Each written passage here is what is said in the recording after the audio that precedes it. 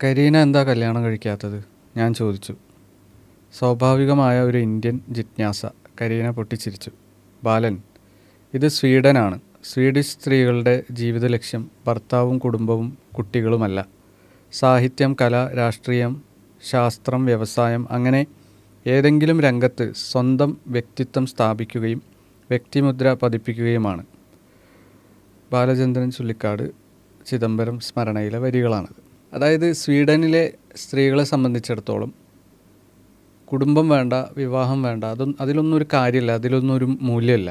നേരെ മറിച്ച് മൂല്യവും കാര്യമൊക്കെ ഉള്ളത് വ്യക്തിമുദ്ര പതിപ്പിക്കലാണ്. അതും ശാസ്ത്രം, സാഹിത്യം, രാഷ്ട്രീയം, കല പോലെയുള്ള മേഖലകളിൽ.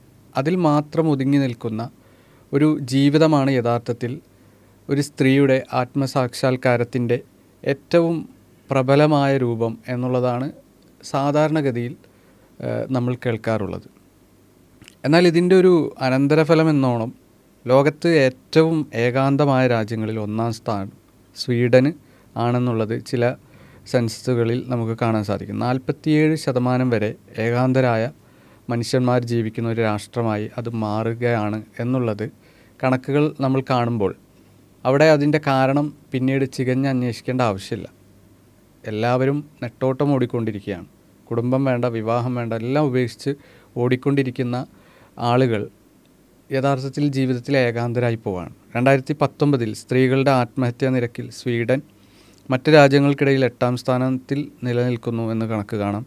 2019 ദക്ഷിണ കൊറിയ 1ാം സ്ഥാനത്തുണ്ടായിരുന്നു. ബെൽജിയം, ജപ്പാൻ, നോർവേ യഥാക്രമം ഈ റാങ്ക് ലിസ്റ്റിൽ 2, 3, 4 സ്ഥാനങ്ങളിൽ സ്ഥിതി ചെയ്യുന്നു എന്നെല്ലാം കണ്ടെത്തിയിട്ടുണ്ട്. ഭയങ്കര വിപ്ലവാത്മകമായിട്ട് പറയുന്നത് സ്വീഡനിലെ സ്ത്രീകൾ അവരിങ്ങനെ കുടുംബം നോക്കുന്നില്ല, അല്ലെങ്കിൽ കുട്ടികൾ, അതൊന്നും അവരുടെ ജീവിത ലക്ഷ്യമേ അല്ല. അവരുടെ ജീവിത ലക്ഷ്യം എന്ന് പറഞ്ഞാൽ ആ ശാസ്ത്രമാണ്, കലയാണ്, അത്തരത്തിൽ എന്തൊക്കെ മേഖലകളാണ്. അപ്പോൾ അതിനെ ജീവിത ലക്ഷ്യമാക്കുന്നത് ഇന്ത്യൻ ജിജ്ഞാസ വളരെ വൃത്തികെട്ട ജിജ്ഞാസയാണ്, അല്ലെങ്കിൽ ഇന്ത്യൻ കൾച്ചർ വളരെ മോശമാണ്, മതകീയമായ ചിന്തയാണ് അതിൻ്റെ ബാക്കിൽ. കുടുംബം വേണം, കുട്ടികൾ വേണം, ഒരു ആളുകളുടെ ഇടയിൽ ജീവിക്കണം എന്നൊക്കെ പറയുന്നത്. അപ്പോൾ അതിനപ്പുറം ശാസ്ത്രത്തെയും കലയെയും നമ്മൾ ഭയങ്കര ഗൗരവമായിട്ട് കാണുകയാണെങ്കിൽ, അതിനെ ജീവിത ലക്ഷ്യമായിട്ട് കാണുകയാണെങ്കിൽ അത് ഭയങ്കര ഒരു പുരോഗമനമാണ് എന്ന രീതിയിൽ അവതരിപ്പിക്കുകയാണ്. അതിൻ്റെ ഒരു മറുപുറം എന്താണ്? 47% ആളുകൾ ജനസംഖ്യയിൽ ഏകാന്തരാണ്. 1. 2 എന്ന് പറഞ്ഞാൽ സ്ത്രീകളുടെ ആത്മഹത്യ നിരക്കിൽ ലോകത്ത് 200ഓളം രാജ്യങ്ങൾക്കിടയിൽ 8ാം സ്ഥാനത്തേക്ക് വരുന്നു എന്ന് പറഞ്ഞാൽ അത്രയും സ്ത്രീകൾ, ഏത് സ്ത്രീകൾ? കുടുംബവും കുട്ടികളും ഒന്നുമില്ലാതെ, വിവാഹമൊന്നും കഴിക്കാതെ, ശാസ്ത്രം കലയൊക്കെ ആയിട്ട് ബന്ധപ്പെട്ട് ഭയങ്കര ഉയർന്ന രീതിയിൽ ജീവിക്കുന്ന സ്ത്രീകൾ. അവരെന്ത് ചെയ്യുന്നു? ആ ഉയർന്ന രീതിയിലുള്ള ജീവിതം അത് കുറേ കാലം അങ്ങനെ ജീവിച്ചുകൊണ്ട് മടുത്തോണ്ടായിരിക്കും ചിലപ്പോൾ. പോയിട്ട് ആത്മഹത്യ ചെയ്യേണ്ടി വരുന്നു. ഒന്ന് ആലോചിക്കും. ഇത് ഈ അളവുകോലിൻ്റെ പ്രശ്നത്തെ പറ്റി സംസാരിക്കുന്നത്. ഈ ലോകത്ത് ഏതെങ്കിലും തരത്തിലുള്ള ചില നേട്ടങ്ങൾ നേടുന്നത് ജീവിത വിജയമായിട്ട് വായിക്കപ്പെടുമ്പോൾ, എഴുതപ്പെടുമ്പോൾ, അപ്പുറത്ത് അതൊരു മനുഷ്യന് സമാധാനം കൊടുക്കുന്നില്ല. അതൊരു മനുഷ്യന് ഭയങ്കരമായ ഏകാന്തത എന്ന് പറയുന്ന പ്രശ്നം ഉണ്ടാക്കുന്നു.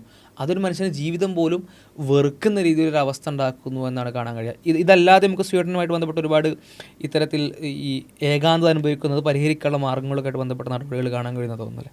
ഈ വടക്കൻ ഭാഗങ്ങളിൽ, സ്വീഡൻ്റെ വടക്കൻ ഭാഗങ്ങളിൽ ഇപ്പോൾ പല സ്ഥലങ്ങളിൽ, ഇപ്പോൾ ലൂലിയോ എന്ന് പറയുന്ന നഗരം സ്വീഡനിൽ, അവിടെ ഒരു ക്യാമ്പയിൻ തുടങ്ങിയിരിക്കുകയാണ്. ക്യാമ്പയിൻ എന്താണെന്ന് വെച്ചാൽ സാഗ് ഹെജ് എന്നാണ്. ഹലോ പറയൂ, ഹെജ് എന്ന് പറയുക. അപ്പോൾ എല്ലാവരും സ്വീഡിഷ് ഭാഷയിൽ, അതെ, എല്ലാവരും കണ്ടാൽ ഹലോ പറയണം. ഒരു ക്യാമ്പയിനാണ്. എന്ന് വെച്ചിട്ടുണ്ടെങ്കിൽ ആൾക്കാർ അങ്ങോട്ടും ഇങ്ങോട്ടും സ്വന്തം കാര്യം മാത്രം, ഇൻഡിവിജ്വലിസം ഇങ്ങനെ പ്രചരിപ്പിച്ച് ആളുകൾക്ക് അങ്ങോട്ടും ഇങ്ങോട്ടും നോക്കാനോ ഇടപഴകാനൊന്നും സമയമില്ല. അപ്പോൾ ആൾക്കാരെ കൊണ്ട് ഗവൺമെൻറ് എന്ത് ചെയ്യാണ്? ഹലോ പറയിപ്പിക്കാൻ വേണ്ടി ക്യാമ്പയിൻ ഉണ്ടാക്കുന്ന ഒരവസ്ഥയിലേക്ക്. എന്നിട്ട് എന്താ കാരണം? അത് പിന്നെ വേൾഡ് atlas.com പ്രസിദ്ധീകരിച്ച ലേഖനം അനുസരിച്ച് ലോകത്തെ ഏറ്റവും ഏകാന്തരായ മനുഷ്യന്മാരാണ് അവിടെ ജീവിക്കുന്നത്.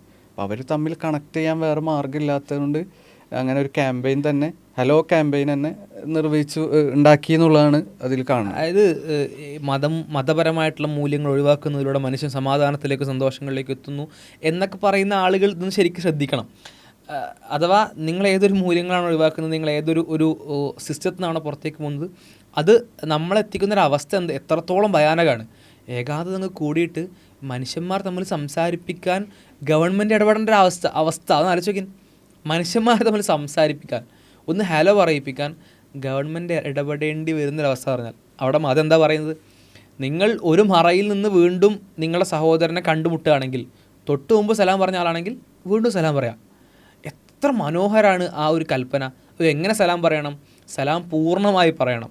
അസ്സലാമു അലൈക്കും എന്ന് പറഞ്ഞുകൊണ്ട് നിർത്തരുത്. അസ്സലാമു അലൈക്കും വറഹ്മത്തുള്ളാഹി വബറകാതുഹു എന്ന് വരെ പറയണം. അതിന് പ്രതിഫലം കൂടുതൽ കിട്ടും. അസ്സലാമു അലൈക്കും എന്ന് പറയുന്നതിന് 10 പ്രതിഫലമാണെങ്കിൽ അതിന് 30 പ്രതിഫലം കിട്ടും. നിങ്ങൾ സലാം പറയുമ്പോൾ എന്ത് ചെയ്യണം? കൈ കൊടുക്കണം. കൈ കൊടുത്ത് പ്രവാചകൻ്റെ ചര്യ എന്ന് പറഞ്ഞാൽ ആ കൈ മറ്റേയാൾ, പ്രവാചകൻ്റെ കൈ ആരുടെ കയ്യിലാണോ പിടിച്ചിരിക്കുന്നത് ആ ആൾ വിടുന്നത് വരെ പ്രവാചകൻ കൈ വിടാതെ കൈ പിടിച്ചുകൊണ്ടിരിക്കും. അഥവാ ആ ഒരു ക്ലോസ്നെസ്, ഹലോ പറയൽ മാത്രമല്ല, സലാം പറയൽ മാത്രമല്ല. സലാം പറയുമ്പോൾ ഹലോ പറയുന്നത് പോലെയല്ല. ഹലോ ജസ്റ്റ് ഒരു വിഷാണ്. സലാം എന്ന് പറഞ്ഞാൽ ഒരു പ്രാർത്ഥനയാണ്. നിനക്ക് പടച്ചവൻ്റെ രക്ഷ ഉണ്ടാവണം, നിനക്ക് പടച്ചവൻ്റെ കാരുണ്യം ഉണ്ടാവണം, നിനക്ക് പടച്ചവൻ്റെ അനുഗ്രഹങ്ങൾ ബർക്കത്ത് ഉണ്ടാവണം എന്നൊരാൾക്ക് വേണ്ടി പ്രാർത്ഥിക്കുകയാണ്. അപ്പോൾ ഹലോ പറയുന്നത് പോലെ കൂടിയല്ല, അതിനേക്കാൾ ആത്മബന്ധം അവിടെ വരും. ഒന്ന്. രണ്ടെന്ന് പറഞ്ഞാൽ ആ കൈ കൊടുക്കലിനുള്ളൊരു ഒരു എന്താ പറയുക, ഒരു ക്ലോസസ് എത്രത്തോളം വരുന്ന ആലോചിക്കുക. ഒപ്പം തന്നെ പ്രവാചക സുന്നത്തായിട്ട് എന്തും പഠിപ്പിച്ചിട്ടുണ്ട്, ഹഗ് ചെയ്യാൻ. ഇതൊക്കെ ഒരേ ജെൻഡറിലുള്ള ആൾക്കാർ തമ്മിലാണ് കേട്ടോ. ഹഗ് ചെയ്യാൻ കൂടെ പഠിപ്പിച്ചിട്ടുണ്ടെന്നാണ്. അപ്പോൾ ആ സാഹോദര്യം, ആ അടുപ്പൊക്കെ വളരെ വലിയ രീതിയിൽ കൂടുന്നു എന്നുള്ളതാണ് കാണാൻ കഴിയുക. ഒരു മദീനയുടെ മദീനയിൽ നബി ആദ്യം വരുന്ന സമയത്ത് അനസ് റളിയല്ലാഹു അൻഹു അങ്ങോട്ട് റിപ്പോർട്ട് ചെയ്യുന്നുണ്ട്. നബി ആദ്യം കടന്നു വരുമ്പോൾ ഇങ്ങനെ വിളിച്ചു പറഞ്ഞുകൊണ്ടാണ് കടന്നു വരുന്നത്. ഒരു ഇസ്ലാമിക സമൂഹത്തിൻ്റെ നിർമ്മിതിയുടെ ആദ്യഘട്ടത്തിൽ നബി വിളിച്ചു പറയുന്ന തന്നെ ഇതാണ്, യാ യുഹന്നാസ് അല്ലയോ മനുഷ്യരെ അഫ്ഷുസ്സലാം, നിങ്ങൾ സലാം പറയുക. അഭിവാദ്യം എന്ന് പറഞ്ഞാൽ അത്രയും പ്രധാനപ്പെട്ടതാണെന്ന് ഇപ്പോൾ സ്വീഡനാർക്ക് കലയിലും ശാസ്ത്രത്തിലൊക്കെ വികസിച്ചിട്ടേ മനസ്സിലായിട്ടുള്ളൂ. പക്ഷേ 1400 വർഷം മുമ്പ് നബി പറഞ്ഞു നിങ്ങൾ അതിൽ നിന്ന് തുടങ്ങണം. അതിൻ്റെ ഒപ്പം തന്നെ നബി പറഞ്ഞു വസ്സിലുൽ അർഹാം, നിങ്ങൾ കുടുംബബന്ധം ചേർക്കണം. അത് ഇപ്പോഴും അവരെത്തിയിട്ടില്ല. ഇപ്പോൾ അതിൻ്റെ പ്രയാസത്തിലാണ്. ഹലോ പറഞ്ഞു തുടങ്ങിയിട്ടുണ്ട്. ഇനി അടുത്തതായിട്ട് വിവാഹവും കുടുംബമൊക്കെ വേണമെന്നുള്ള തിരിച്ചറിവിലേക്ക് ചില രാഷ്ട്രങ്ങളൊക്കെ വന്നുകൊണ്ടിരിക്കുന്നുണ്ട് എന്നുള്ളതാണ് മനസ്സിലാവുന്നത്. അപ്പോൾ ചൈന പോലത്തെ രാജ്യങ്ങൾ, റഷ്യ പോലത്തെ രാജ്യങ്ങൾ മുമ്പ് വീഡിയോ ചെയ്തിട്ടുണ്ടായിരുന്നു നമ്മൾ. അഥവാ വിവാഹം കഴിക്കുന്നതിന്, കുട്ടി ഉണ്ടാകുന്നതിനൊക്കെ പ്രത്യേക സ്റ്റേറ്റ്മെൻറ്റുകൾ കൊടുക്കുന്ന, പ്രത്യേക ഗവൺമെൻറ് അളവുകൾ കൊടുക്കുന്ന അവസ്ഥയിലേക്ക് മാറേണ്ടി വരുന്നു എന്നുള്ളതാണ്. അഥവാ എന്തിന് മതം അല്ലെങ്കിൽ സർവ്വശക്തനായ പടച്ചവൻ എന്തിന് ഇടപെടണം എന്ന് ചോദിക്കുമ്പോൾ, മനുഷ്യൻ ചില വിഷയങ്ങൾ പതിറ്റാണ്ടുകളും നൂറ്റാണ്ടുകളും എടുത്തുകൊണ്ട് ചില വിഷയങ്ങളിലെ തെറ്റായ തീരുമാനങ്ങളുടെ ഭവിഷ്യത്ത് അറിഞ്ഞതിന് ശേഷമല്ല, ആ ഭവിഷ്യത്ത് മനസ്സിലാക്കി സമൂഹത്തിൽ മൊത്തം പ്രശ്നങ്ങൾ ഉണ്ടായതിനു ശേഷമല്ല തിരുത്തലുകൾ നടത്തേണ്ടത്. ആ തിരുത്തലുകൾ, ആ ക്രമീകരണങ്ങൾ ഈ പ്രശ്നങ്ങൾ ഉണ്ടാകുന്നതിന് മുമ്പേ ചെയ്യണം. എല്ലാവരും ഏകാന്തരായിട്ടല്ല ഹലോ പറയാൻ തുടങ്ങേണ്ടത്, സലാം പറയാൻ തുടങ്ങേണ്ടത്. അതിന് മുമ്പേ ഉണ്ടാവേണ്ട സിസ്റ്റമാണ്.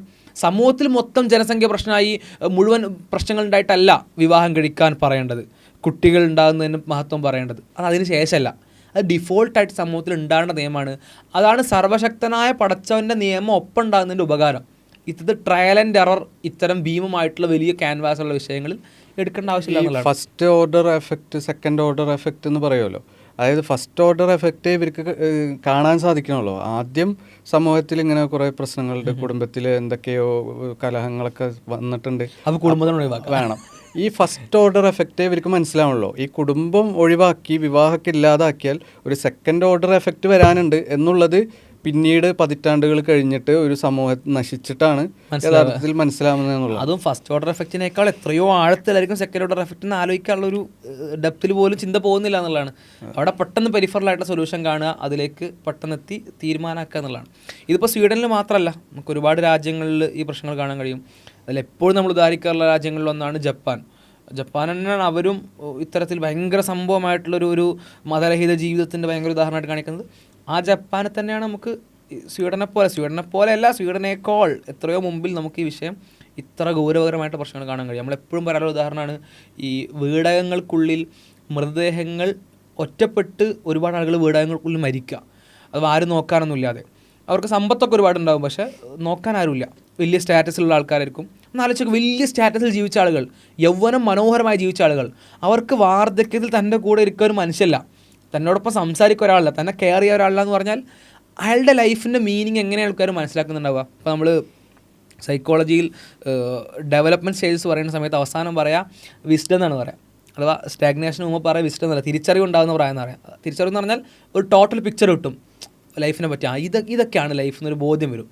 ആ ബോധ്യം വരുന്ന പ്രായത്തിന് ശേഷമാണ് അയാൾ എന്ത് ചെയ്യുന്നത്, അയാളുടെ ലൈഫിൻ്റെ അവസാനത്തിലേക്ക് പോകുന്നത്.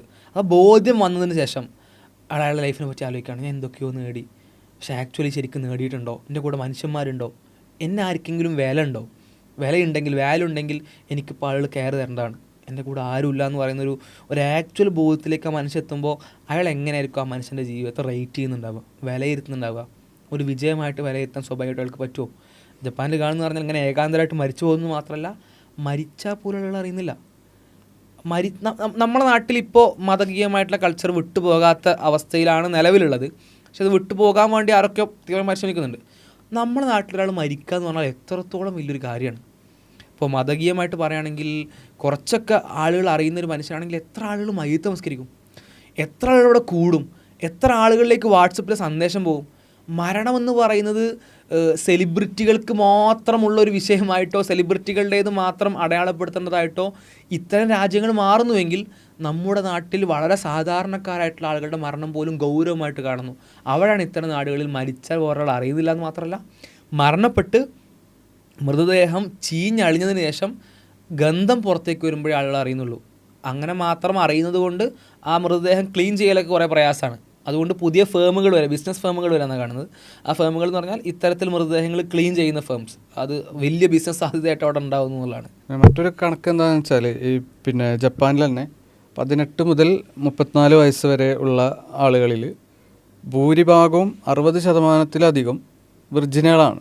അവർക്ക് ജീവിതത്തിൽ ഒരിക്കൽ പോലും ഒരു ഓപ്പോസിറ്റ് ജെൻഡറുമായിട്ടുള്ള ആനുരാഗികമായ ബന്ധമോ ലൈംഗികമായ ബന്ധമോ ഒന്നും കിട്ടാത്ത ആളുകളാണ് ഈ യുവതലമുറയിലുള്ള ആളുകളിൽ 60% എന്നുള്ളത് നമുക്കവിടെ കാണാൻ സാധിക്കും.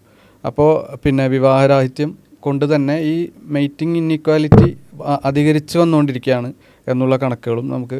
ചില ആളുകൾക്ക് ഒരുപാട് പാർട്ട്നേഴ്സിനെ കിട്ടുന്നുണ്ട്, ചില ആളുകൾക്ക് തീരെ കിട്ടുന്നില്ല എന്ന് പറയുന്ന ഒരു ഇനീക്വാലിറ്റി അവിടെ സംഭവിക്കുന്നു എന്നുള്ളതാണ്. പിന്നെ അമേരിക്കയിലേക്ക് വരാണെങ്കിൽ അവിടെ ജപ്പാനിൽ വിഷയം കൂടെ, ജപ്പാനിൽ ഈ മനുഷ്യന്മാരെ കിട്ടാത്തതുകൊണ്ടാണ് കേട്ടോ ഈ പ്രശ്നം ഇവിടെ സൂചിപ്പിച്ചത്. മനുഷ്യന്മാർക്ക് പകരം അവർ ഡോൾസിലേക്കും ടോയ്സിലേക്കൊക്കെ പോകുന്നു എന്നുള്ളതും അതിൻ്റെ പ്രശ്നങ്ങൾ വേറെ സംഭവിക്കുന്നു എന്നുള്ളൊക്കെ പഠനങ്ങൾ കാണാൻ കഴിയും. അഥവാ മൊത്തത്തിൽ ജീവിതത്തിൽ പ്രയാസങ്ങൾ മുകളിൽ വീണ്ടും വീണ്ടും വീണ്ടും വരുന്നൊരു അവസരമൊക്കെ ഉണ്ടാകുന്നതാണ്. അത് മനുഷ്യരെ കിട്ടാത്തത് കൊണ്ട് പലതിൽ അഭയം പ്രാപിക്കേണ്ടി വരുന്നു, അതുകൊണ്ടുള്ള ബാഡ് കോൺസിക്വൻസ് അനുഭവിക്കേണ്ടി വരുന്നു, ആ തരത്തിൽ പ്രയാസങ്ങളിലേക്ക് അവർ പോകേണ്ടി വരുന്നു എന്നുള്ളതാണ്. അതുപോലെ അമേരിക്കയിൽ ഇപ്പം സർജൻ ജനറൽ പ്രഖ്യാപിച്ചിട്ടുണ്ട് പിന്നെ ലോൺലിനെസ് പാൻഡമിക്. അപ്പോൾ ഒരു മഹാമാരിയായിട്ട് രാജ്യത്തെ ഇപ്പോൾ നശിപ്പിച്ചുകൊണ്ടിരിക്കുകയാണ്. എല്ലാവരും വളരെ ശ്രദ്ധാപൂർവം നോക്കേണ്ട ഒരു പാൻഡമിക്കായിട്ട് ലോൺലിനെസ്, ഏകാന്തത മാറിയിട്ടുണ്ട് എന്നുള്ള മുന്നറിയിപ്പുമായിട്ട് അമേരിക്കയിലെ സർജൻ ജനറൽ പത്രസമ്മേളനം നടത്തുകയും ചാനലിൽ സംസാരിക്കുകയൊക്കെ ചെയ്തത്. You struggle with loneliness when you're socially disconnected. It increases your risk of depression and anxiety and suicide, but it also increases your risk of physical illness as well. എന്ന് വെച്ചാൽ രണ്ടിലൊരാൾ, മുതിർന്നവർ അഡൾട്ടുകളിൽ രണ്ടിലൊരാൾ ഏകാന്തനാണ് എന്ന അവസ്ഥയിലേക്ക് ഒരു രാജ്യം പോകുക. 50% ആൾക്കാരും ഏകാന്തരാണ് എന്നുള്ള രൂപത്തിലേക്ക് രാജ്യം പോയിക്കൊണ്ടിരിക്കുന്നു എന്നുള്ളതാണ്. UK-യിലാണെങ്കിലും ഇത് സമാനമായ സംഗതി ആണ് വരുന്നത്. UK-യിൽ ഇപ്പം ഏകാന്തതാ മന്ത്രി എന്ന് പറയുന്ന ഒരു മന്ത്രാലയം തന്നെ നമ്മളിവിടെ ഭക്ഷ്യവകുപ്പും വിദ്യാഭ്യാസ വകുപ്പും ഒക്കെ ഉള്ള പോലെ തന്നെ പൊതുമരാമത്തൊക്കെ ഉള്ള പോലെ ഒരു രാജ്യത്ത് ഏകാന്തതാ വകുപ്പ് മന്ത്രി, ഇത് പല രാജ്യങ്ങളിലും അഡോപ്റ്റ് ചെയ്യപ്പെടുകയും ചെയ്യുന്നുണ്ട്. അതിനുള്ള ഇതിലേക്കാണ് പോയിക്കൊണ്ടിരിക്കുന്നത് എന്നും കാണാൻ സാധിക്കും. അതായത് അത്രത്തോളം തീവ്രമായിട്ട് ഇത്തരത്തിൽ ഇവിടെയൊക്കെ വലിയ രീതിയിൽ മനോഹരമാണെന്ന അർത്ഥത്തിൽ കൊണ്ടുവെക്കുന്ന പുരോഗമന രാജ്യങ്ങൾ ഈ ഏകാന്തതയുടെയും മനുഷ്യൻ്റെ മാനസികാരോഗ്യത്തിൻ്റെ അവസ്ഥയിലെത്തി എന്നുള്ളതാണ്. ഇത് ചെറിയൊരു പ്രശ്നമല്ല. ഏകാന്തം എന്ന് പറയുമ്പോൾ ചിലപ്പോൾ നമുക്ക് അത് അനുഭവിക്കാത്ത ആളുകൾക്ക് വലിയൊരു പ്രയാസമായിട്ട് തോന്നിയിട്ടുണ്ടാവില്ല. അതെന്ന് പറഞ്ഞാൽ ഒന്ന് മാനസിക പ്രയാസം, ജീവിതത്തെ ആസ്വദിക്കാൻ കഴിയാത്തൊരവസ്ഥയിലേക്ക് മനുഷ്യത്വ, ജീവിതത്തെ വെറുത്തു പോവുക എന്ന മാനസികമായ പ്രശ്നങ്ങളുടെ തലങ്ങൾ വളരെ വിശാലമായിട്ട് അവിടെ കിടക്കുന്നുണ്ട് ലോൺലിനെസ്സിൽ. അഥവാ ജീവിതം അങ്ങ് വെറുത്തു പോവുക, ആസ്വദിക്കാൻ എന്തുണ്ടെങ്കിലും വെറുത്തു പോകുന്നൊരവസ്ഥ, ജീവിക്കാൻ തോന്നാത്തൊരവസ്ഥ, അത്തരത്തിൽ സൊസൈറ്റിയുടെയോ സമൂഹത്തിൻ്റെയോ ഒരു തരത്തിലുള്ള സുഖങ്ങളും ലഭിക്കാത്തൊരവസ്ഥ, അതിനൊരു ആസ്വാദനം ലഭിക്കാത്തൊരവസ്ഥ ഒന്ന്. രണ്ടെന്ന് പറഞ്ഞാൽ ശാരീരിക പ്രശ്നങ്ങൾ പോലും ഉണ്ടാകുന്നതാണ്. ഇപ്പോൾ ജൂലിയാൻ ലെൻസ്റ്റർ എന്ന് പറയുന്ന ഒരു ഗവേഷക ഇത്തരത്തിൽ ഒരുപാട് പഠനങ്ങളുടെ ചേർത്ത് വെച്ചൊരു അഥവാ മെറ്റാനാലിസിസ്, ഒരുപാട് പഠനങ്ങൾ അനലൈസ് ചെയ്തുകൊണ്ട് ഒരു മെറ്റാനാലിസിസ് തയ്യാറാക്കുകയാണ്. അപ്പോൾ അവർ അതിൽ ഫൈൻഡ് ഔട്ട് ചെയ്യുന്ന കാര്യം എന്ന് വെച്ചാൽ ഏകാന്തത അനുഭവിക്കുന്നതെന്ന് പറഞ്ഞാൽ, അല്ലെങ്കിൽ ഏകാന്തനായിട്ട് ജീവിക്കുക എന്നത് ഒരു ദിവസം ഒരു പകുതി പാക്കറ്റ് സിഗരറ്റ് വലിക്കുന്നത് എങ്ങനെയാണോ ശരീരത്തെ എഫക്റ്റ് ചെയ്യുന്നത്, അതുപോലെ ശരീരത്തെയും എഫക്റ്റ് ചെയ്യും. നിങ്ങൾ നിരീക്ഷിച്ചിട്ടുണ്ടെന്ന് അറിയില്ല, ചില ആളുകൾക്ക് ഈ ഡിപ്രഷനൊക്കെ വന്നിട്ട് ഒരുപാട് കാലം ഒറ്റയ്ക്ക് ജീവിച്ചു കഴിഞ്ഞാൽ അവരുടെ ശരീരക്കാകെ ക്ഷീണിക്കും, അല്ലെങ്കിൽ ശരീരത്തിന് അത് പോലും ഇത് ബാധിക്കും. കേവലം മാനസിക പ്രശ്നമായിട്ട് മാത്രം നിൽക്കല്ല ചെയ്യുക. ഇത് റയർ കേസാണ്. നമ്മുടെ നാട്ടിലേക്ക് എന്ന് പറഞ്ഞാൽ ഡിപ്രഷനൊക്കെ അനുഭവിക്കുന്ന ആളുകൾ എന്ന് പറഞ്ഞാൽ അവരുടെ ജീവിത പ്രശ്നങ്ങൾ കൊണ്ട് അത് രോഗമായിട്ട് വരുന്ന ആളുകളൊക്കെ ഉണ്ടാവും, പലതരത്തിലുള്ള പ്രയാസം അനുഭവിക്കുന്ന ആൾക്കാരുണ്ടാവും. അവരെ കുറ്റപ്പെടുത്താൻ അർത്ഥത്തിലല്ല, മറിച്ച് ഈ ഏകാന്തത എന്നൊക്കെ പറയുന്നത് അല്ലെങ്കിൽ ഒറ്റപ്പെടൽ എന്നൊക്കെ പറയുന്നത് അത് വിഷാദത്തിലേക്ക് നയിക്കും, അത് ശാരീരിക പ്രശ്നങ്ങളിലേക്ക് പോലും നയിക്കും. ഇപ്പോൾ ഇവിടെ പറഞ്ഞ പ്രകാരം ഒരു പകുതി പാക്കറ്റ് സിഗരറ്റ് വലിച്ചതുപോലെ ആയിരിക്കും നമ്മുടെ ശരീരം എന്ന് പറഞ്ഞാൽ ഹൗ ഡേഞ്ചറസ് ഇറ്റ് ഈസ്. നമ്മളതിൻ്റെ ഒരു ഡെപ്ത് ആലോചിച്ച് നോക്കണം. ഈ സിഗരറ്റിനെ വളരെ ഉത്ബുദ്ധരാക്കാൻ വേണ്ടിയുള്ള എന്തോരം ക്യാമ്പയിനും കാര്യങ്ങളൊക്കെ നടക്കുന്നുണ്ട്. പക്ഷെ അതിനേക്കാൾ അപകടകരമായൊരു സാധനം ഇവിടെ വളർന്നുകൊണ്ടിരിക്കുന്നുണ്ട് എന്നുള്ളതിൻ്റെ ഒരു പാക്കറ്റിൽ പോലും ഇതിനെ പറ്റിയിട്ടൊരു ബോധവൽക്കരണം നടക്കുന്നില്ലല്ലോ. അത്രയും ഇത് നിസ്സാരമായിട്ട് നമ്മളെ സമൂഹം കാണുന്നു എന്നുള്ളതാണ്. പാക്കറ്റ് എന്നൊക്കെ പറഞ്ഞാൽ സിഗരറ്റ് വലിക്കുക എന്ന് പറഞ്ഞാൽ എത്ര ഗുരുതരമാണ്. അതായത് സിഗരറ്റിൽ നിന്ന് ആളുകളെ രക്ഷിക്കാൻ വേണ്ടി കൊടുക്കുന്ന പരസ്യങ്ങൾ എത്രത്തോളാണോ അതിൻ്റെ ഒരു 10 മടങ്ങെങ്കിലും ശരിക്ക് ഈ ഏകാന്തതയുമായി ബന്ധപ്പെട്ട പ്രശ്നങ്ങൾ പരിഹരിക്കാൻ വേണ്ടി ശ്രമങ്ങൾ ഉണ്ടാവണം എന്നുള്ളതാണ്. അതുപോലെ 2016 നടന്ന ഒരു മെറ്റാ അനാലിസിസ് അതിൽ കാണിക്കുന്നത് എന്താണെന്ന് വെച്ചാൽ ഏകാന്തത നയിക്കുന്നവർക്ക് ഹൃദയ സംബന്ധമായ കാർഡിയോവസ്കുലർ അസുഖങ്ങൾ അതിനുള്ള സാധ്യത 29% അധികരിക്കുന്നു എന്നുള്ളതാണ്. ഇവിടെ ഇപ്പം ഡോക്ടർമാരും അതുപോലെയുള്ള ആളുകളൊക്കെ പിന്നെ കൊളസ്ട്രോൾ കൂടുന്നതിനെ പറ്റിയിട്ടും അതുപോലെ ഭക്ഷണ രീതികളെ പറ്റിയിട്ടൊക്കെ പറയുന്നുണ്ട്.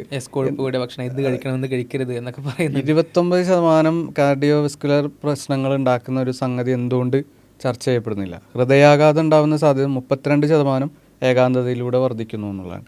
എന്തുകൊണ്ടത് ഒരു മേജർ ഇഷ്യൂ ആയിട്ട് ഇവിടെ വരുന്നില്ല എന്നുള്ളതാണ്. അത് മനസ്സിനെ മാത്രമല്ല ശരീരത്തെ പല രീതിയിൽ ഇത് ബാധിക്കുന്നുണ്ടെന്നുള്ളതാണ്. ഇപ്പോൾ ബുദ്ധിശക്തിയുമായി ബന്ധപ്പെട്ട വേറൊരു പഠനം കൊണ്ട് നമുക്ക് കാണാൻ കഴിയും. അഥവാ ബുദ്ധിക്ഷയം ഉണ്ടാക്കുന്നതിന് ഒരുപാട് പഠനങ്ങൾ ചേർത്ത് വെച്ചുകൊണ്ട് മനസ്സിലാക്കാൻ ബുദ്ധിക്ഷയം ഉണ്ടാക്കാൻ 20% ഇത്തരത്തിൽ ഏകാന്തരായിരിക്കുന്നത് അല്ലെങ്കിൽ ഏകാന്തത എന്ന് പറയുന്ന കാര്യം 20% ബുദ്ധിക്ഷയം ഉണ്ടാക്കാൻ വരെ കാരണമാവുന്നു. അഥവാ ഒരു മനുഷ്യൻ്റെ ഹൃദയമാണെങ്കിലും ഒരു മനുഷ്യൻ്റെ ശ്വാസകോശമാണെങ്കിലും ഒരു മനുഷ്യൻ്റെ ശരീരമാണെങ്കിലും ഒരു മനുഷ്യൻ്റെ ബുദ്ധിയാണെങ്കിലും സകല കാര്യങ്ങളെയും നെഗറ്റീവായിട്ട് ബാധിക്കുന്ന വളരെ ഗൗരവകരമായിട്ടുള്ളൊരു പ്രശ്നത്തെ പറ്റിയാണ് സംസാരിച്ചുകൊണ്ടിരിക്കുന്നത്.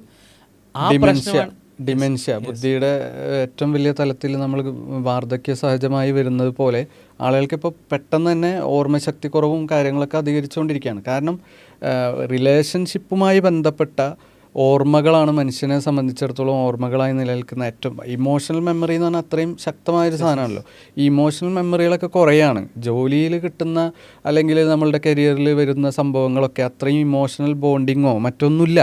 അപ്പോൾ അങ്ങനത്തെ മെമ്മറികളില്ലാതെ ആവുന്നതോടുകൂടി ഡിമെൻഷ്യ വർദ്ധിക്കുകയാണെന്ന് 2018 ഒരു മെറ്റാ അനാലിസിസ് പഠനം സൂചിപ്പിക്കുന്നുണ്ട്. അതേപോലെ തന്നെ മറ്റൊരു പഠനം അത് ഹോഡ് ലെൻസ്റ്റഡും അതേപോലെ തന്നെ അദ്ദേഹത്തിൻ്റെ സഹപ്രവർത്തകരും കൂടി നടത്തിയൊരു പഠനമാണ്. കുറച്ചുകൂടി വലിയ സ്കെയിലുള്ള പഠനമാണ്. അഥവാ ഒരു 34 ലക്ഷത്തിലധികം ആളുകൾ അവരുടെ പഠനത്തിൽ ഭാഗമാകുന്നുണ്ട്. 70 ഇൻഡിപെൻഡൻ്റ് ആയിട്ടുള്ള പഠനങ്ങളാണ് അവർ ഇതിന് ബേസ് ചെയ്തിട്ടുള്ളത്. അപ്പോൾ അതിൽ 7 വർഷം എടുത്തിട്ടാണ് അവർ ഈ പഠനം കംപ്ലീറ്റ് ചെയ്യുന്നത്. ആ പഠനത്തിൽ അവർ കുറച്ചും കൂടി ഗൗരവകരമായിട്ടുള്ള 1-2 കണ്ടെത്തലുകളിലേക്ക് എത്തുന്നുണ്ട്. ഒന്നെന്ന് പറഞ്ഞാൽ ഏകാന്തരായിട്ട് ജീവിക്കുകയാണെങ്കിൽ അത് മരിക്കാനുള്ള സാധ്യത 26% കൂട്ടുന്നു എന്നുള്ളതാണ്. മരണത്തിനുള്ള ചാൻസിന് 26% കൂട്ടുന്നു. രണ്ടാമതായിട്ട് പറയുന്നത് വെച്ചാൽ സാമൂഹികമായിട്ട് ഒറ്റപ്പെട്ട് ജീവിക്കുന്നത് 29% വർധനവും മരണസാധ്യതയ്ക്ക് ഉണ്ടാക്കുന്നു എന്നുള്ളതാണ്.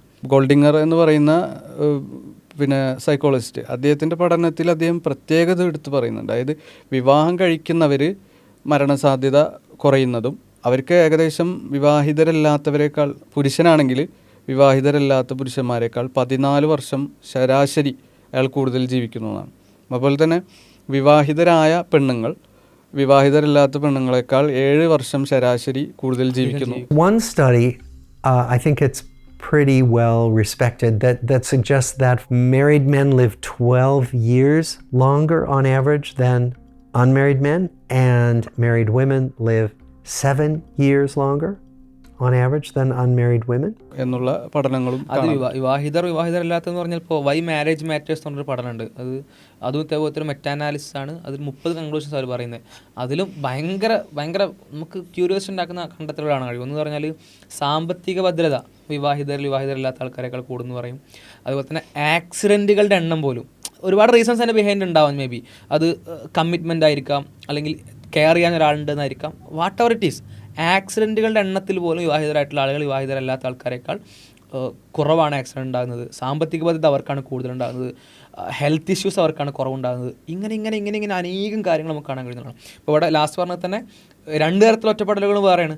ഒറ്റയ്ക്ക് ജീവിക്കുന്നത് 32% മരണം ഉണ്ടാക്കാനുള്ള കാരണം. എന്നാൽ സാമൂഹികമായിട്ട് ഒറ്റപ്പെട്ട് ജീവിക്കുന്നത് പറഞ്ഞാൽ സമൂഹത്തിൻ്റെ ഇടയിലാണ് പക്ഷേ ഒറ്റപ്പെട്ടാണ്, മറ്റേ പൂർണ്ണമായിട്ട് ഒറ്റക്കാണ്. പൂർണ്ണമായിട്ട് ഒറ്റക്കാണെങ്കിൽ 32% മരണത്തിനുള്ള സാധ്യത കൂട്ടുന്നു, മറ്റേത് 29% കൂട്ടുന്നതാണ്. അപ്പോൾ ഓരോ കേസുകളും നമ്മളുടെ അവസ്ഥയെ കാര്യമായി സ്വാധീനിക്കുന്നുണ്ടെന്നാണ് പറഞ്ഞു വരുന്നത്. ഈ ഏകാന്തതയും വിവാഹം തമ്മിലുള്ള ബന്ധം വളരെയധികം പഠിച്ചിട്ടുള്ള ഒരു സംഗതിയാണ് വിൽകോക്സിൻ്റെ ഒരു ബ്രാഡ് വിൽകോക്സിൻ്റെ ഒരു പഠനമുണ്ട്, ഗെറ്റ് മാരീഡ് എന്ന് പറഞ്ഞിട്ട്. അപ്പോൾ അതിൽ കൃത്യമായ അദ്ദേഹത്തിൻ്റെ ഒരുപാട് പഠനങ്ങൾ വെച്ചുകൊണ്ട് അദ്ദേഹം തെളിയിക്കുന്നുണ്ട് ഇത് തമ്മിലുള്ള കോറിലേഷൻ, വിവാഹമില്ലായ്മ അതും ഏകാന്തതയും തമ്മിലുള്ളത്. നമ്മളെ കേരളത്തിലേക്ക് വന്നാലും കേരളത്തിലും ഇതിങ്ങനെ അധികരിച്ചുകൊണ്ടിരിക്കുകയാണ്. തിരുവനന്തപുരത്ത് പുതിയ തിരുവനന്തപുരം കേന്ദ്രീകരിച്ചുകൊണ്ട് കുറേ ജനപ്രിയമായിക്കൊണ്ടിരിക്കുന്ന സോഷ്യൽ മീഡിയ പ്ലാറ്റ്ഫോമുകൾ ചിലതുണ്ട്. അതിനെ പറ്റിയിട്ട് ന്യൂ ഇന്ത്യ എക്സ്പ്രസ്സിൽ വന്ന റിപ്പോർട്ട്, ദോസ്തഡ, ഫ്രണ്ട്, പാൽ മാച്ച് എന്നൊക്കെ പറഞ്ഞിട്ട് കുറേ ആപ്പുകൾ ഇറങ്ങിയിട്ടുണ്ട് എന്നുള്ളതാണ്. ഈ ആപ്പുകളെ പ്രത്യേകത എന്താണെന്ന് വെച്ചാൽ നമുക്ക് കൂട്ടുകാരെ കിട്ടാൻ വേണ്ടിയിട്ട് സൗഹൃദം അതുപോലെ തന്നെ അടുപ്പൊക്കെ ഉണ്ടാക്കുന്ന രൂപത്തിലുള്ള സംസാരങ്ങളും ഇടപാടുകൾക്കൊക്കെ വേണ്ടിയിട്ട് ആളുകളെ കിട്ടുന്നതാണ്, വാടകയ്ക്ക് എടുക്കാൻ പറ്റുന്നതാണ് ഇപ്പോൾ പറയുന്നത്. അതായത് കേരളത്തിൽ പോലും വാടകയ്ക്ക് എടുക്കേണ്ടി വരുന്ന അവസ്ഥയിലേക്ക് പോകുന്ന സ്ഥലങ്ങളും സാഹചര്യങ്ങളും ഉണ്ട് എന്നുള്ളതാണ്. അഥവാ കുറച്ചുകൂടി സീരിയസ് ആയിട്ട് ഇത് മനസ്സിലാക്കേണ്ട ഒരു സമയം അടുത്തു എന്നാണ് അതിൻ്റെ അർത്ഥം. അത് ശരിക്കും ഒരുപാട് കണ്ടീഷനുകളോടൊക്കെയാണ് അതൊക്കെ പറയുന്നത്. അഥവാ റൊമാൻറ്റിക് റിലേഷൻഷിപ്പ് പറ്റില്ല, പരസ്പരം വളരെ ക്ലോസ്ലി അറിയാൻ പാടില്ല, ഒരു ഫ്രണ്ടിനെ കുറച്ചേരത്തേക്ക് തരും, കാശ് വാങ്ങിയിട്ട് ആ ഫ്രണ്ട് പോവും. അപ്പോൾ അവിടെയൊക്കെ ശരിക്കും ഒരുപാട് ഡേഞ്ചർ സൈഡുകൾ അതിലുണ്ട്. അഥവാ ഒരു പ്രശ്നമുള്ള ഒരാളാണല്ലോ ഒരു ഫ്രണ്ടിനെ വാങ്ങുന്നത്. അപ്പോൾ അങ്ങനൊരു പ്രശ്നമുള്ളൊരു പ്രയാസം അനുഭവിക്കുന്ന ഒരാൾ അപരിചിതനായിട്ടുള്ള ഒരാളെ അടുത്തേക്ക് പോകുന്നു. സ്വാഭാവികമായിട്ടും മാനിപ്പുലേറ്റ് ചെയ്യാനും മിസ്യൂസ് ചെയ്യാനൊക്കെയുള്ള സാധ്യതകൾ വളരെ ഹൈ ആണ്. ഓക്കെ, അത്തരം ആഴങ്ങളിലേക്കൊന്നും പോകുന്നില്ല. അഥവാ ഒരു മനുഷ്യൻ്റെ ബേസിക് നീഡ്, ആ നീഡ് പൂർത്തീകരിക്കാൻ കമ്മിറ്റ്മെൻ്റ് ഉള്ള, കരാറുള്ള, എഗ്രിമെൻ്റ് ഉള്ള വിവാഹത്തെ പോലെ വളരെ മനോഹരമായ സിസ്റ്റം അവിടെ കിടക്കുന്നുണ്ട്. പഠനങ്ങൾ മുഴുവൻ പറയുന്നത് ഒരു പഠനമെങ്കിലും കൊണ്ടുവരാൻ പഠിച്ച് കൊണ്ടുവരും. വിവാഹം കഴിക്കാത്ത ആളുകൾ ഓക്കെ ഇതാണ് മറ്റതിനേക്കാൾ ബെറ്റർ സിസ്റ്റം എന്ന് പറയാൻ പറ്റുന്നത് ഒരു പഠനം പോലും കാണിക്കുന്നില്ല. അപ്പോൾ അതൊരു നിലക്കും നമ്മൾ സ്വീകരിക്കാൻ പാടില്ല. വിവാഹം എന്നുള്ളൊരു ഓപ്ഷനിലേക്ക് പോകാനേ പാടില്ല. വേറെ എന്തെങ്കിലുമൊക്കെ ചെയ്തിട്ട് നമ്മൾ എന്ത് ചെയ്യണം, ഈ പ്രശ്നം പരിഹരിക്കണം. അതിനു വേണ്ടിയാണ് ഇത്രത്തോളം റിസ്ക്കി ആയിട്ടുള്ള, തീരെ സേഫ്റ്റി ഇല്ലാത്ത, തീരെ സെക്യൂരിറ്റി ഇല്ലാത്ത, ഈവൻ ചാറ്റ് ബോട്ടുകളെ വരെ യൂസ് ചെയ്ത് നമ്മൾ അത് മുമ്പ് ഒരു വീഡിയോ ചെയ്തിട്ടുണ്ടായിരുന്നു. AI വരെ ഇത്തരത്തിൽ വിവാഹത്തിന് റിപ്ലേസിങ് ആയിട്ട് വിവാഹം കഴിക്കരുത്, വേറെ എന്തും ആവാം. വളരെ ദയനീയതാണ് ഇതിൽ നമ്മൾ കാണുന്നത്. ഒരു മണിക്കൂറിന് 50 രൂപ കൊടുത്ത് ഒരാളെ ഇരുത്തിയിട്ട് ചായ കുടിച്ച് സല്ലപിച്ചുകൊണ്ടിരിക്കുകയാണ്. ഇത്രയും ദയനീയമായിട്ട് ഒരു സാംസ്കാരിക ഭൂമികയെ കൊണ്ടുപോകണമെങ്കിൽ എത്രമാത്രം വെറുപ്പ് ഈ വിവാഹ സിസ്റ്റത്തോടും കുടുംബത്തോടൊക്കെ ഉണ്ടാവണം. എന്താണ് അതിൻ്റെ കാരണം? വാടകയ്ക്ക് എടുക്കുകയാണെങ്കിലും കുഴപ്പമില്ല, AI ആണെങ്കിലും കുഴപ്പമില്ല, അപ്പോൾ ജപ്പാനിൽ പറഞ്ഞ പോലെ തന്നെ സെക്സ് ഡോളുകളാണെങ്കിലും കുഴപ്പമില്ല, എന്താണെങ്കിലും കുഴപ്പമില്ല, കല്യാണം അത് പറ്റില്ല. തിരുവനന്തപുരത്ത് മറ്റൊക്കെ നമ്മൾ കാണുന്ന റിപ്പോർട്ടുകളിൽ ഉള്ള ഈ ഏകാന്തതൻ്റെ പ്രശ്നം പറയുകയാണെങ്കിൽ അത് കുറച്ച് സിവിയർ ആയിട്ട് പോകുന്നു കാണാൻ കഴിയും. ഇപ്പോൾ ഒരു ഒബ്സർവേഷൻ നമുക്ക് ഇത്തരത്തിൽ കേരള യൂണിവേഴ്സിറ്റിയിലെ സോഷ്യൽ സയൻസ് HOD ആയിട്ടുള്ള ബുഷറ ബീഗം അവർ പറയുന്നതായിട്ട് കാണാൻ കഴിയും. അവർ വളരെ വിശാലമായിട്ട് അതിനെ നിരീക്ഷിക്കുന്നുണ്ട്. അതിൽ ഫാമിലി സിസ്റ്റത്തിൻ്റെ മാറ്റം, അതേപോലെ തന്നെ എല്ലാവരും ജോലി ചെയ്യുന്നു എന്നുള്ള വിഷയം, എല്ലാവർക്കും അവരുടെ കാര്യമാണ് ഗൗരവമായിട്ടുള്ളത്, അതിനപ്പുറത്തേക്ക് മറ്റുള്ളവരുടെ കാര്യത്തെ പരിഗണിക്കാൻ ആളുകൾ ശ്രദ്ധിക്കുന്നില്ല. അഥവാ ഇൻഡിവിജ്വലിസം എന്തെന്നായിരുന്നോ ഇതുവരെ പ്രൊമോട്ട് ചെയ്യുന്നത്, നിങ്ങൾ നിങ്ങളുടെ കാര്യം നോക്കൂ, മറ്റുള്ളവർക്ക് വേണ്ടി നിങ്ങൾ ജീവിക്കാതിരിക്കൂ, മറ്റുള്ളവർക്ക് വേണ്ടി നിങ്ങൾ നിങ്ങളുടെ സ്വപ്നങ്ങളെ ഇല്ലാതാക്കാതിരിക്കൂ, നിങ്ങൾ നിങ്ങളുടെ ആകാശത്ത് പറക്കൂ എന്ന് പറയുന്ന കാര്യമാണ് എന്ത് ചെയ്യുന്നത്. നേരത്തെ പറഞ്ഞ ഏതൊക്കെയോ ചെറിയ 1-2 പ്രശ്നങ്ങൾ പരിഹരിക്കാൻ വേണ്ടിയിട്ടാണ് ഈ സൊല്യൂഷനുകൾ പറഞ്ഞു കൊടുത്തത്. ഇൻഡിവിജ്വലിസ്റ്റിക് ആവുക, നിങ്ങൾ നിങ്ങളുടെ ജീവിതത്തെ മനോഹരമാക്കുക, നിങ്ങളുടെ ആ സ്വപ്നങ്ങൾ കീഴടക്കുക, മറ്റുള്ളവരെ പരിഗണിക്കേണ്ടതില്ല. അത് നേരെ റിവേഴ്സ് അടിച്ചിട്ട് എന്ത് ചെയ്യാണ്, ഈ ആരാണോ സ്വയം പറക്കാൻ ശ്രമിക്കുന്നത് അയാളും ആരിൽ നിന്നാണോ പറക്കാൻ ശ്രമിക്കുന്ന അയാളും രണ്ടുപേരും ഏകാന്തരാവുകയാണ്, രണ്ടുപേരുടെ ജീവിതം പ്രയാസത്തിലാവുകയാണ്. അതേപോലെ തന്നെ ന്യൂക്ലിയർ ഫാമിലികളുടെ ഇപ്പോഴത്തെ സ്ട്രക്ചറിലെ മാറ്റം വരുന്നതും അങ്ങനെ ഒരുപാട് ഒബ്സർവേഷൻസ് അവർ പറയുന്നുണ്ട്. ഒപ്പം തന്നെ അവർ സൂചിപ്പിക്കുന്ന മറ്റൊരു കാര്യം എന്ന് പറഞ്ഞാൽ ഫസ്റ്റ് സ്പേസും സെക്കൻഡ് സ്പേസും അല്ലാത്തൊരു തേർഡ് സ്പേസിന് ഓപ്ഷൻ ഉണ്ടാവുന്നില്ല എന്നാണ്. അഥവാ വീട്ടിൽ ആളുകളുമായിട്ടുള്ള കമ്മിറ്റ്മെൻറ്റ് വളരെ കുറവാണ്, പക്ഷേ വീടുണ്ട്. സെക്കൻഡ് സ്പേസ് എന്ന് പറഞ്ഞാൽ തൊഴിലിടമുണ്ട്. അതിനപ്പുറത്തേക്കൊരു തേർഡ് സ്പേസ്, അഥവാ കുറച്ചുകൂടി കംഫർട്ടഡ് ആവാൻ പറ്റുന്ന, നമ്മളുടേതെന്ന് പറയാൻ പറ്റുന്ന ഒരുപാട് ആളുകൾ. ഇപ്പോൾ ഏകാന്തതയുമായിട്ട് ബന്ധപ്പെട്ട റീലുകൾ അല്ലെങ്കിൽ ഫ്രണ്ട്ഷിപ്പുമായിട്ട് ബന്ധപ്പെട്ട റീലുകൾ, ആ റീലുകൾക്കിടയിലൊക്കെ കുറേ കമൻറ്റുകൾ ശ്രദ്ധിക്കാറുണ്ട്. ആ കമൻറ്റുകൾ പല ആളുകളുടെ പരിഭവം എന്ന് പറഞ്ഞാൽ, എനിക്ക് അങ്ങനെ ഒരു ബെസ്റ്റ് ഫ്രണ്ട് ഇല്ല, എനിക്ക് അങ്ങനെ കുറേ ആളുകളില്ല, എനിക്ക് അങ്ങനെ ഒരു സ്പേസ് ഇല്ല എന്നുള്ളതാണ്. ചെറുപ്പത്തിൽ എപ്പോഴോ മറന്നുപോയ 10ലോ +1ലോ +2ലൊക്കെ പഠിച്ച ഫ്രണ്ട്സ് ആയിരിക്കും ഇപ്പോഴും ബെസ്റ്റ് ഫ്രണ്ട്സ് എന്നുള്ള അർത്ഥത്തിൽ, അല്ലെങ്കിൽ ഒരു നല്ലൊരു കാലം എന്നുള്ള അർത്ഥത്തിൽ പലരുടെയും ഓർമ്മയായിട്ടുണ്ടാവുക. അതിനപ്പുറത്തേക്ക് ഇടപെടാൻ പറ്റുന്നൊരു തേർഡ് സ്പേസ് തീരെ ഇല്ലാതായിക്കൊണ്ടിരിക്കുക എന്നുള്ളതാണ്. അഥവാ പ്യുവർലി എല്ലാവരും എക്സ്ട്രീം ഇൻഡിവിജ്വൽസിലേക്ക് പോയിക്കൊണ്ടിരിക്കുകയാണെന്നുള്ളതാണ് കാണാൻ കഴിയുന്നത്. ചൈനയിലൊക്കെ ഇപ്പോൾ ഒരു പ്രവണത കൂടി വരുന്ന ഒരു സംഗതിയുണ്ട്. അതായത് പിന്നെ മാച്ചോ കെയർ എന്ന് പറഞ്ഞിട്ടൊരു സംഗതി, അതായത് വിഷനറി കമ്പനി ലിമിറ്റഡ് ഇറക്കിയിട്ടുള്ള ഒരു സംഗതിയാണ്. ആ സ്ഥാപനത്തിൻ്റെ പിന്നെ പ്രജനന കേന്ദ്രമായിട്ട് മാറിയിട്ടുള്ള ഇപ്പോൾ മാച്ചോ കെയറാണ്. എന്ന് വെച്ചാൽ ആരും നോക്കാനില്ല എന്നുള്ള അവസ്ഥ വന്നിട്ട്, ഇപ്പം പിന്നെ വയസ്സാവുമ്പോൾ പ്രത്യേകിച്ചും ആരും നോക്കാനില്ലാതെ വരുമ്പോൾ മാച്ചോ കെയർ എന്ന് പറഞ്ഞിട്ട് ബോഡി ബിൽഡേഴ്സൊക്കെ ഉണ്ടല്ലോ, വേറെ ഏതെങ്കിലും ഇൻഡസ്ട്രിയിലുള്ള ആളുകളെ കൊണ്ടുവന്ന് നോക്കേണ്ട, ശുശ്രൂഷിക്കാൻ വേണ്ടി ആളുകളെ വാടകയ്ക്ക് എടുക്കേണ്ട അവസ്ഥയാണ് യഥാർത്ഥത്തിൽ മാച്ചോ കെയർ എന്ന് പറയുന്ന സംഗതിയിൽ കാണുന്നത്. എന്ന് വെച്ചാൽ കുട്ടികൾ പിന്നെ കുടുംബമില്ല, ഭാര്യയില്ല, നോക്കേണ്ട പിന്നെ ശുശ്രൂഷിക്കേണ്ട ആളുകളൊക്കെ ഉണ്ടാക്കേണ്ട ആ റിലേഷൻഷിപ്പ് ബോണ്ടിങ് ഒക്കെ ഉണ്ടാക്കേണ്ട സമയത്ത് അതിനൊക്കെ അവഗണിച്ച് അവസാനം ഏതെങ്കിലും ജിമ്മിലും മറ്റുള്ള ആളുകളെ കൊണ്ടുവന്ന് ശുശ്രൂഷിക്കേണ്ട അവസ്ഥയിലേക്ക് ചൈനയിൽ പല കമ്പനികളും മാറിപ്പോയി എന്നുള്ളതാണ് ഈ മാച്ചോ കെയറിലൂടെ നമുക്ക് മനസ്സിലാവുന്ന ഒന്ന്. നമ്മൾ ഈ ഏകാന്തതയുമായിട്ട് ബന്ധപ്പെട്ട് ഒരു വീഡിയോ ഇതിനു മുമ്പ് ചെയ്തിട്ടുണ്ടായിരുന്നു. ഒന്നിലധികം വീഡിയോകൾ പല രീതിയിൽ ചെയ്തിട്ടുണ്ടായിരുന്നു. ലാസ്റ്റ് വീഡിയോ ഇത്തരത്തിൽ ലാസ്റ്റ് 2 വീഡിയോകൾ, ഒന്നെന്ന് പറഞ്ഞാൽ 1 മണിക്കൂറിൽ 100 പേർ ഏകാന്തത കാരണം മരണപ്പെടുന്നു എന്നുള്ള റിപ്പോർട്ടുമായിട്ട് ബന്ധപ്പെട്ട വീഡിയോ ആയിരുന്നു. മറ്റൊരു വീഡിയോ എന്ന് പറഞ്ഞാൽ AI-കളെപ്പോലും അല്ലെങ്കിൽ അതിനെപ്പോലും വിവാഹത്തിൻ്റെ ഒരു ഓപ്ഷനിലേക്ക്, ഇണയുടെ ഒരു ഓപ്ഷനിലേക്ക് കൊണ്ടുവരാൻ ചില ആളുകൾ നിർബന്ധിതരാകുന്നുള്ള വീഡിയോ ആയിരുന്നു. അപ്പോൾ ആ 2 വീഡിയോ കൂടെ കാണാൻ വ്യൂവേഴ്സിനെ സജസ്റ്റ് ചെയ്യാണ്. ഇതിൽ പറയാത്ത കുറച്ച് പോയിൻറ്റ്സിലേക്ക് ഇതിൽ പോകുന്നുണ്ട്. അത് ആവർത്തനം വരണമെന്ന് വിചാരിച്ചിട്ടാണ് ഇവിടെ അത് മാറ്റി വെച്ചിട്ടുള്ളത്. ഏകാന്തത എന്ന് പറയുന്നത് ഈ കാലത്ത് മനുഷ്യനെ ഏറ്റവും കൂടുതൽ, അഥവാ ഇത്രത്തോളം കമ്മ്യൂണിക്കേഷൻ വൈഡനായ, എവിടേക്ക് വേണമെങ്കിലും നമുക്ക് കമ്മ്യൂണിക്കേറ്റ് ചെയ്യാൻ പറ്റുന്നൊരു കാലമായിട്ട് പോലും ഇന്ന് ഏകാന്തത വളരെയധികം അധികരിച്ചു എന്നുള്ളത് വളരെ അലാമിംഗ് ആയിട്ടുള്ള സിറ്റുവേഷനാണ്. അത് മനുഷ്യനെ മാനസികമായിട്ടും ശാരീരികമായിട്ടും ഒക്കെ തളർത്തുന്നു എന്നുള്ളത്. അപ്പോൾ ആ ഏകാന്തത ഇല്ലാതിരിക്കാൻ നമ്മൾ പ്രത്യേകം ശ്രദ്ധിക്കേണ്ടതിൽ ഒന്ന്, നമ്മുടെ നാലുപുറമുള്ള നമ്മുടെ വലയങ്ങളിലുള്ള ആളുകൾക്ക് ഏകാന്തത ഉണ്ടാവുന്നില്ല എന്ന് നമ്മൾ ഉറപ്പുവരുത്തേണ്ടതുണ്ട്. നമ്മളൊക്കെ ഉണ്ടാവുന്ന വിധമുള്ള പ്രസൻസ്, സഹകരണങ്ങൾ, സഹായങ്ങൾ നമ്മുടെ ഭാഗത്ത് നിന്നുണ്ടാവണം. 2, മറ്റൊന്ന് പറഞ്ഞാൽ മൂല്യമുള്ള ആളുകളായിട്ട് മാറുക എന്നുള്ളത്. അത് പടച്ചവനെ ഭയപ്പെട്ടുകൊണ്ടാണെങ്കിലും അവന് കീഴൊതുങ്ങിക്കൊണ്ടാണെങ്കിലും അവന് വേണ്ടി മറ്റുള്ളവരെ പരിഗണിച്ചുകൊണ്ടാണെങ്കിലും മൂല്യമുള്ള ആളുകളായിട്ട് മാറുക. അതിൽ വ്യക്തിപരമായിട്ടുള്ള നേട്ടങ്ങൾക്കപ്പുറം ദൈവത്തിൻ്റെ ഒരു വിചാരണ നേരിടേണ്ടി വരുമെന്ന ബോധ്യവും, ദൈവം എനിക്ക് നൽകിയ, പടച്ചവനിക്ക് നൽകിയ ഉത്തരവാദിത്വമാണ് ഞാനും എൻ്റെ നാലുപുറമുള്ള സമൂഹമെന്ന ഉത്തരവാദിത്വ ബോധവും, എൻ്റെ കുടുംബവും ഞാനുമായി ബന്ധപ്പെട്ട് അത്രയും ഉത്തരവാദിത്വമുണ്ട്, അതിൽ ഞാൻ ചോദ്യം ചെയ്യപ്പെടുമെന്ന ബോധ്യവുമെല്ലാം നമ്മൾ അത്തരത്തിൽ ഒരു ഉത്തരവാദിത്വമുള്ള ഒരു പൗരനായി പ്രവർത്തിക്കാൻ, ഉത്തരവാദിത്വമുള്ള ഒരു ദൈവദാസനായി, അടിമയായി പ്രവർത്തിക്കാൻ നമ്മൾ സഹായിക്കേണ്ടതുണ്ട്. ഈ വീഡിയോയുടെ അവസാനിപ്പിക്കുകയാണ്. മറ്റു വീഡിയോകൾ കാണുമെന്ന് പ്രതീക്ഷിക്കുന്നു.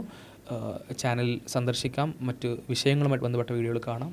ഉപകാരപ്പെടുന്ന ആളുകളിലേക്ക് അത്തരം വീഡിയോകൾ എത്തിക്കുക. ഈ വീഡിയോ അവസാനിപ്പിക്കുന്നു. അസ്സലാമു അലൈക്കും വറഹ്മത്തുള്ളാഹി. മോനെ എത്ര മിനിറ്റാടാ?